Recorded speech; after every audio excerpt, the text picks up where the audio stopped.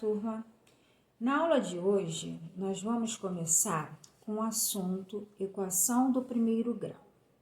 Bom, esse assunto já foi trabalhado, por vocês e vamos estar relembrando alguns processos de equação do primeiro grau. Aqui eu apresento para vocês uma equação do primeiro grau. Por que é uma equação, professora? Porque existe uma igualdade. Qual é o significado dessa igualdade? Que significa que tanto de um lado do primeiro membro, eu tenho dois membros, precisa dar o mesmo valor, igualar. As raízes precisam ser as mesmas. Sendo que se eu olhar dentro dessa equação do primeiro grau, e o que me leva a conhecer, professora, que é uma equação de segundo grau, o expoente da minha variável. Então, o expoente da minha variável, se for 1, quando não tem ninguém é 1, essa equação, ela é denominada equação do primeiro grau. Então, sempre que eu quiser classificar o tipo de equação que eu estou trabalhando, eu vou olhar para o expoente da variável dessa equação. Então, meu y aqui, no caso, é a minha variável, a minha incógnita.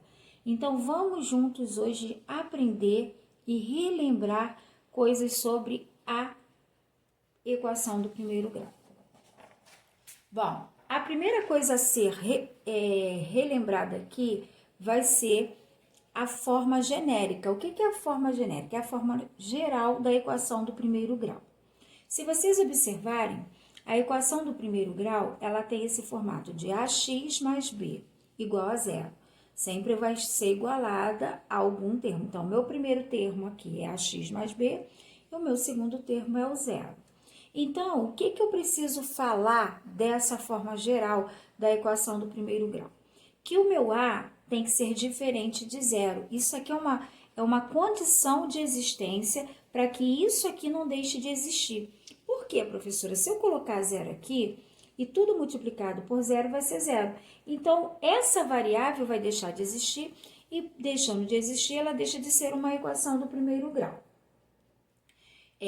O meu B, o meu A e o meu B, eles serão números reais. Lembra dos conjuntos numéricos? Então, ele precisa estar dentro do domínio dos reais, tá? E o meu B será o termo independente. O que é termo independente, professora? É o termo que não vai carregar a variável. Vocês vão observar que vai ter um termo dentro da equação do primeiro grau que não carrega a variável. Então, esse termo é chamado de termo independente. Então, vamos continuar mais um pouquinho. Aí, eu venho falar para vocês sobre o conjunto universo. Aqui é importante relembrar os conjuntos dos números, os conjuntos numéricos que nós estudamos lá no primeiro bimestre. Quando ele fala assim, no domínio que é um conjunto numérico, que é o conjunto dos números racionais. São todos os números que podem ser transformados em fração. Então, quando ele falar que o domínio, que o conjunto universo tem que ser em que, eu sei que a minha raiz, ela pode ser um número natural, ela pode ser ele pode ser um número inteiro e pode ser um número fracionário. Então, aí sim vai estar dentro do universo de quê? Que é o domínio do que ele está se referindo. Quer dizer, é o resultado da minha variável, é o resultado da minha equação. Então, vamos lá.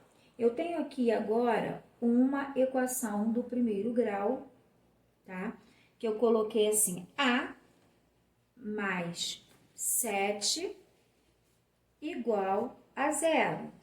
Então, essa é minha equação. Eu tenho que encontrar o valor de quem, professora? O valor da variável. E dentro de qual domínio? Do quê? Então, eu vou dizer que menos A vai ser igual.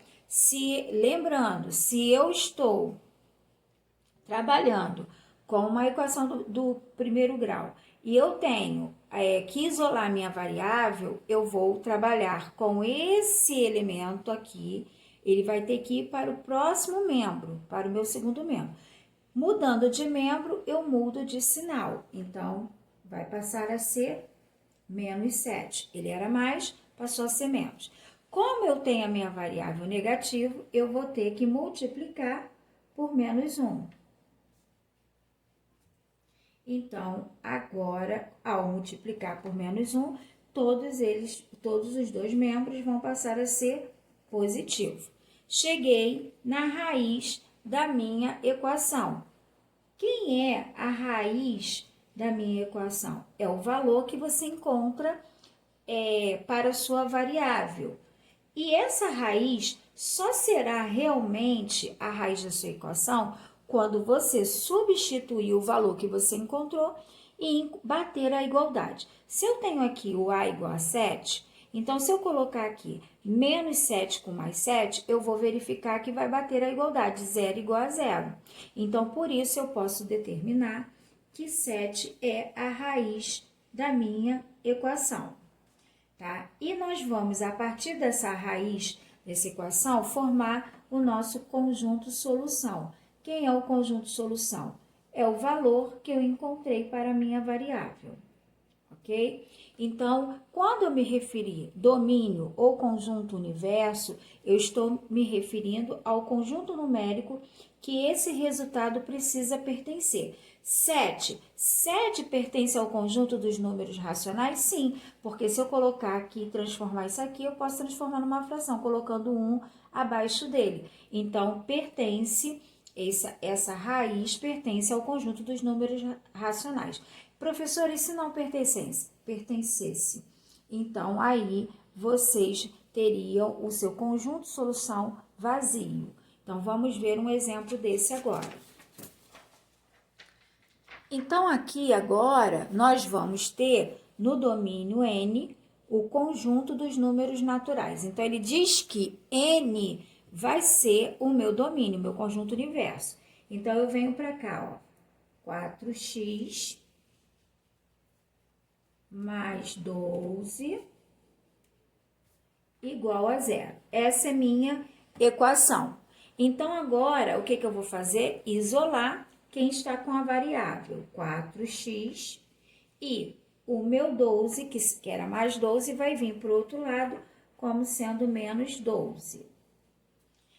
Agora, eu vou isolar apenas a variável. Então, eu vou dizer que x, tudo que está de um lado multiplicando, vai vir para o outro lado dividindo. Então, eu vou ter menos 12 dividido para 4.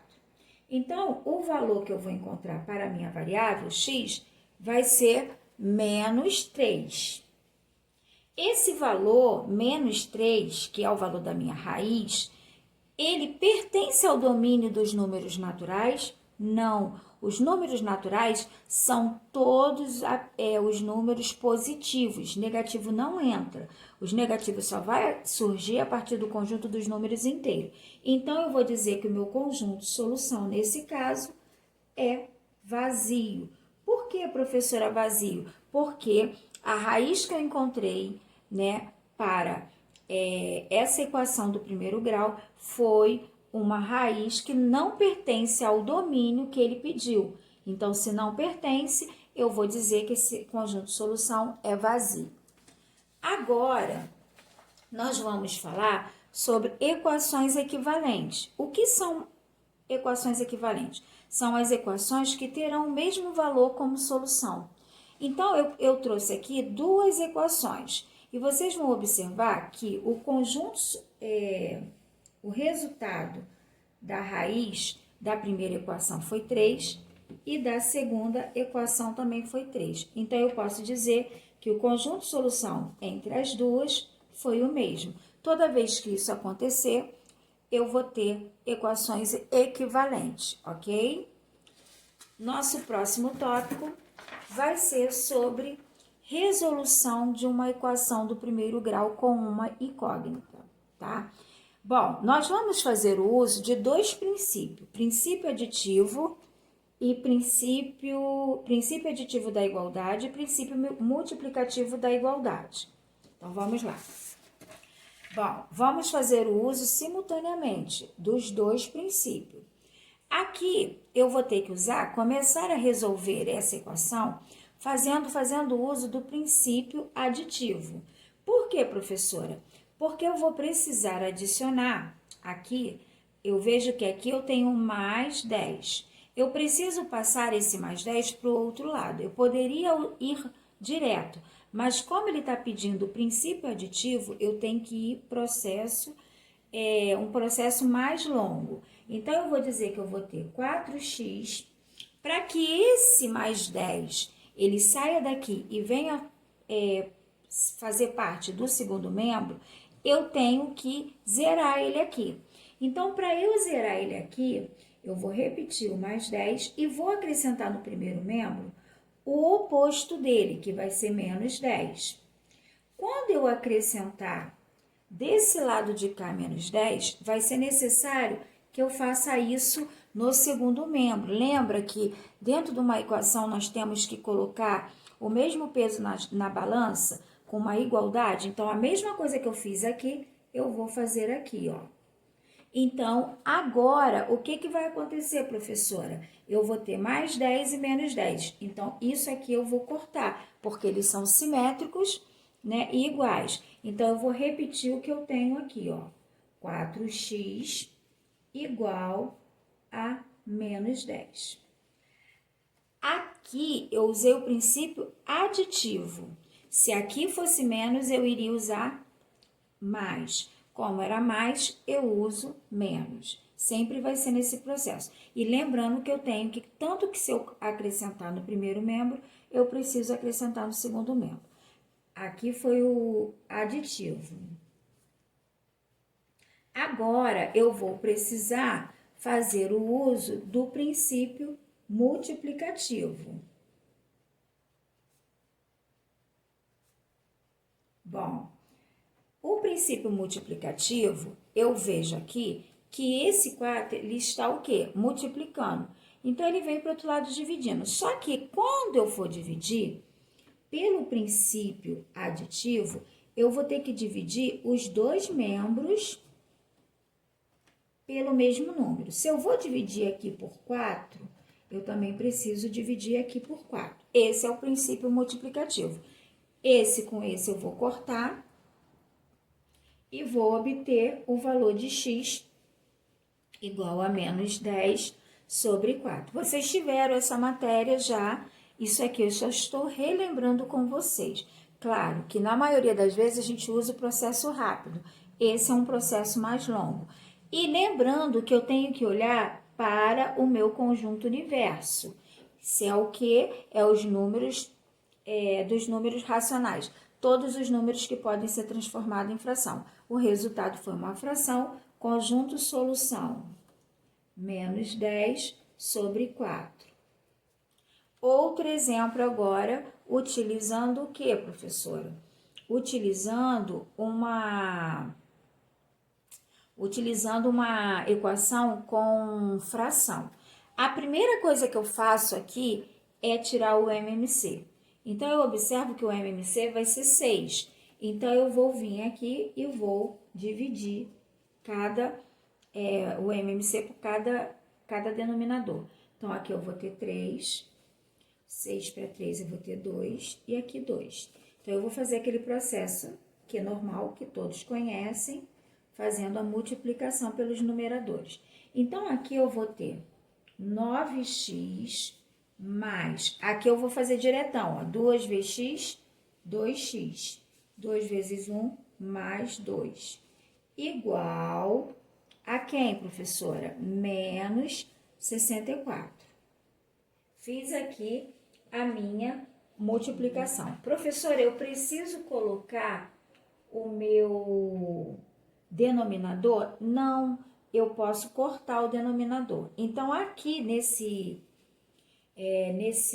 primeiro processo aqui, eu vou usar o processo aditivo. Vocês vão ver como. Bom, primeiro eu vou somar aqui, né? Eu vou ter 11x mais 2 igual a menos 64. Vocês estão vendo esse mais 2 aqui? Então, significa que ele precisa vir para o segundo membro. Só que ele vai vir a partir do momento que eu usar o processo aditivo, ó. Mais 2, vou acrescentar quem? Menos 2, igual a menos 64, também acrescento aqui, com menos 2. Então, o meu valor que eu vou encontrar vai ser 11x, corto, igual a menos 66. Agora, eu vou usar o processo multiplicativo. Por quê, professora? Porque agora eu vejo que eu tenho aqui a minha letra agarradinha com o meu número. Então, se eu vou dividir aqui por 11, eu vou ter que dividir aqui também. Então, eu coloco aqui, ó, 11 aqui, tenho que equilibrar a balança, corto. Então, o meu x vai ser igual a menos quanto? Menos 6. E aí, eu cheguei no meu resultado. Só que ele diz que o meu valor de x, a minha solução, tem que ser no universo n. Quer dizer, naturais. Eu posso dizer que menos 6 pertence ao conjunto dos números naturais? Não. Então, o conjunto solução dessa equação, vai ser assim ou assim. Quase que a professora bota aqui um vazio, seria um elemento. Errado, tá? Só pode ser representado nessas duas formas. E aí, a gente chega ao final do nosso cálculo pelo processo aditivo e multiplicativo, usando a equação do primeiro grau. Ok, turma?